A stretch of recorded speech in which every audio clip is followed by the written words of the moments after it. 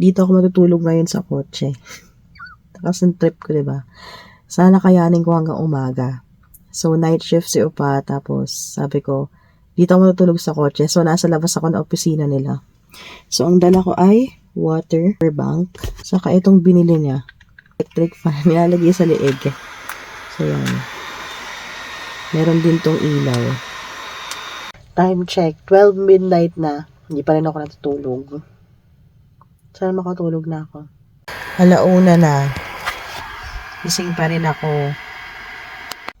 Time check, 4:47. Maliwanag na. Nakatulog ako. Pagigising ko lang. Pero matutulog ako ulit. Time check, 5:15 a.m. Pagigising ko lang ulit.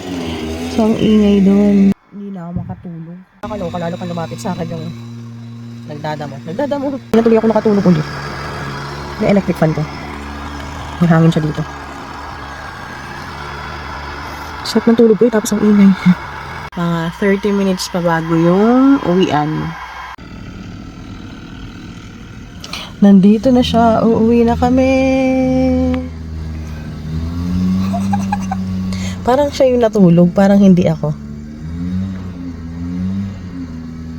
Uwi na kami. Bye!